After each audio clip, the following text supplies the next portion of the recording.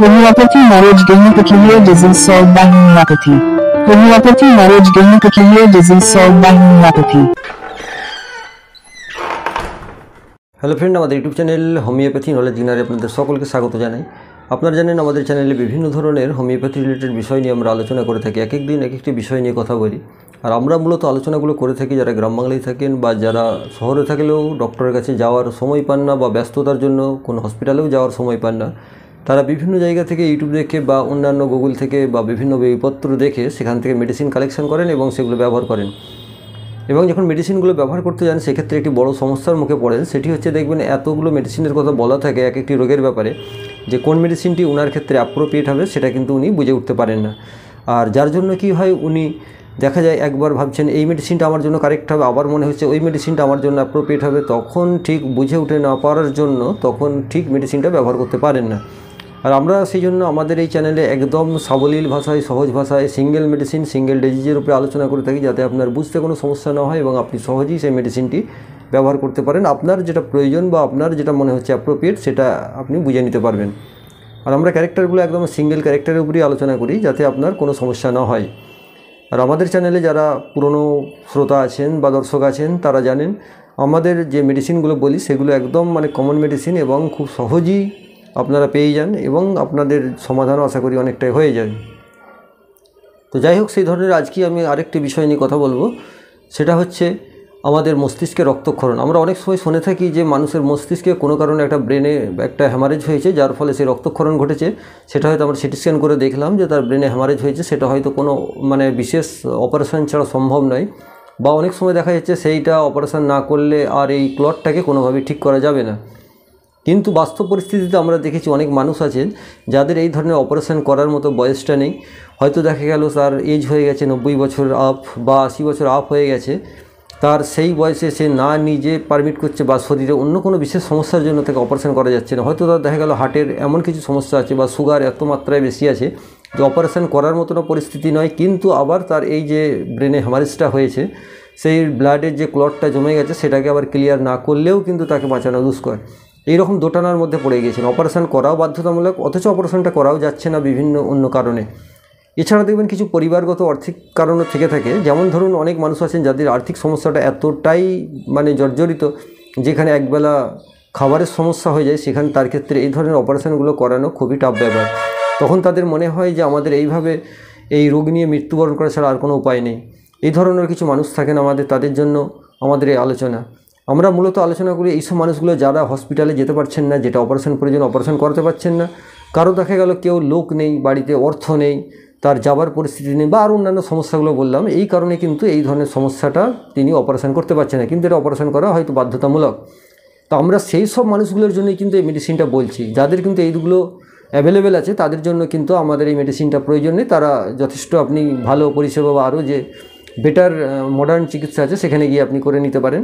কিন্তু যে মানুষগুলোর কথা বললাম, যাদের কোথাও যাওয়ার সমস্যা হয়ে গেছে এই ধরনের পরিস্থিতি, কিন্তু এই ধরনের ব্রেনে তার একটা হ্যামারেজ হয়েছে, সেই যে রক্তের ক্লটটা সেটা কোনোভাবেই ক্লিয়ার করা যাচ্ছে না অপারেশন ছাড়া, তো তাদের জন্য বলবো হোমিওপ্যাথি মেডিসিন একটা খুব ভালো কাজ করে। সেই সব মানুষগুলো যারা এই যেতে পারছেন না তারা এই ওষুধটি ব্যবহার করবেন। আশা করি সামান্য পয়সার মধ্যে অনেকটাই উপকার পাবেন এবং এগুলো কিন্তু খুব পরীক্ষিত মেডিসিন। সেই পরীক্ষিত মেডিসিনটা এইসব মানুষগুলোর জন্য বলছি, যারা বিছানায় পড়ে মরবেন ভাবছেন, তারা আমাদের ওষুধটি একবার ব্যবহার করে দেখুন। আশা করি আপনার সমস্যাটা দেখবেন অনেকটাই কেটে যাবে। এবং এই যে বললাম আপনাদেরকে, যে মেডিসিনগুলো আমরা আলোচনা করি এগুলো খুবই পরীক্ষিত মেডিসিন, এবং দেখবেন যারা সিনিয়র হোমিওপ্যাথ আছেন তারাও আশা করি এগুলো অনেকে ব্যবহার করেছেন, অনেকেই ভালো ফল পেয়েছেন। তা আমি বলবো, যাদের এই ধরনের এই ব্রেন হ্যামারেজ হয়ে একটা ব্রেনের মধ্যে রক্তের কোনো জায়গায় ক্লট হয়ে গেছে এবং সেটা জন্য তার শারীরিক বিভিন্ন সমস্যা শুরু হয়ে থাকে, আর ব্রেনের মধ্যে এই ধরনের সমস্যা হলে আমরা জানি শারীরিক সমস্যা অনেক কিছু দেখা যায়, কোনো অর্গান হয়তো প্যারালাইজড হয়ে যেতে পারে বা আরও অন্যান্য সমস্যা হতে পারে। তো তারা যে ওষুধটি ব্যবহার করবেন সেটা হচ্ছে, প্রথম থেকে তাকে একটা নজর ওষুধ দিয়ে দেবেন, অর্থাৎ তার মায়োজম অনুযায়ী একটি মেডিসিন সিলেক্ট করবেন, সেটা সোরা, সিফিলিস, সাইকোসিস যেটা হবে তার সেই অনুযায়ী সেই ডোজ একটি দিয়ে দেবেন। অর্থাৎ সিফিলিনাম, ব্যাসিলিনাম, মেডোরিনাম, থুজা যেগুলো আমাদের মায়োজম হিসাবে নজর ধরা হয়, এই নজর ওষুধ একটি ডোজ দিয়ে দেবেন, হাই ডোজ। দেওয়ার পরেতে তাকে আপনি পিটুইটারি গ্ল্যান্ড 30 প্রথমে দিনে 3 বার করে অন্তত 10 দিন দেবেন। পিটুইটারি গ্ল্যান্ড 30 দিনে 3 বার করে অন্তত 10 দিন দেবেন এবং তারপরে 1 সপ্তাহ 200 দেবেন। পিটুইটারি গ্ল্যান্ড 200 সপ্তাহে আপনি 1 সপ্তাহ দেবেন, অর্থাৎ দিনে 2 বার করে অন্তত 7 দিন দেবেন। তারপরে কীরকম কী থাকেন অবশ্যই আপনি কোনো ডক্টরকে আলোচনা করতে পারেন, বা নেক্সট মেডিসিন কী হবে সেটা কিন্তু তার উপর ডিপেন্ড করছে, তার কতটা ইমপ্রুভ করছে বা তার পরিস্থিতি কী আছে সেই হিসাব দেখে। তো যদি আপনার এই ধরনের কোনো ব্রেনে রক্তক্ষরণ হয়ে থাকে, মস্তিষ্কে রক্তক্ষরণ হয়ে থাকে, ইন্টারনাল হ্যামারেজ হয়ে থাকে, সেক্ষেত্রে আপনি পিটুইটারি গ্ল্যান্ড 30 প্রথমে এবং প্রথম 10 দিন 30 খাওয়ার পরে তারপরে 7 দিন আপনি 200 দিনে 2 বার করে খাবেন এবং দেখবেন আশা করি আপনার অনেকটাই উপকার হবে। এবং যারা এই মেডিসিন ব্যবহার করছেন তারা জানেন এটা কতটা লাভজনক, এবং আপনি ভাবতেই পারবেন না যেটা একটা বিরাট অপারেশনাল কেস সেটা আপনার কতটা সহজে মিটে যায়। যদিও দেখবেন বাস্তবে কিন্তু অনেক জায়গায় হোমিওপ্যাথিকে এখনও মান্যতা দেওয়া হয় না, বা অনেক জায়গায় দেখবেন বড় বড় সিনিয়র ডক্টরের কাছে যদি আপনি হোমিওপ্যাথি মেডিসিনের কথা বলেন তারা কিন্তু এক চটকায় আপনাকে না করে দেয় এবং বলে এইসব হোমিওপ্যাথি, আয়ুর্বেদ, ঝাড়ফুঁক, টুকটাক এইসব যেন একই পর্যায়ের জিনিস। তো যাই হোক, সেই বিতর্কে আমরা যাচ্ছি না। যিনারা বিশ্বাস করেন বা যিনারা ব্যবহার করে বিশ্বাসের ব্যাপার নয়, যিনারা ব্যবহার করে উপকার পেয়েছেন তিনারা হোমিওপ্যাথি সম্পর্কে আপনারা জানেন, এবং এই হোমিওপ্যাথির যে গুণাগুণ বা কার্যকারিতাটা যারা ব্যবহার করেন তারাই জানেন যে উইদাউট সাইড ইফেক্টে কতটা বড় বড় যে বিমারি বা যেগুলো আমাদের ডিজিজ আছে যেগুলো খুব সহজেই নিরাময় করা যায়। তো সেই ধরনের এটাও একটা কিন্তু খুব ক্রনিক বা আপনার বলতে পারেন খুব টাফ ডিজিজ, বা এটা কোনোভাবেই এটা কিন্তু ছোটোখাটো রোগ নয়। একটা ব্রেনের মধ্যে হ্যামারেজ হয়ে যায় এবং সেটা ওষুধে কিওর করা, এটা কিন্তু খুবই একটা টাফ ব্যাপার।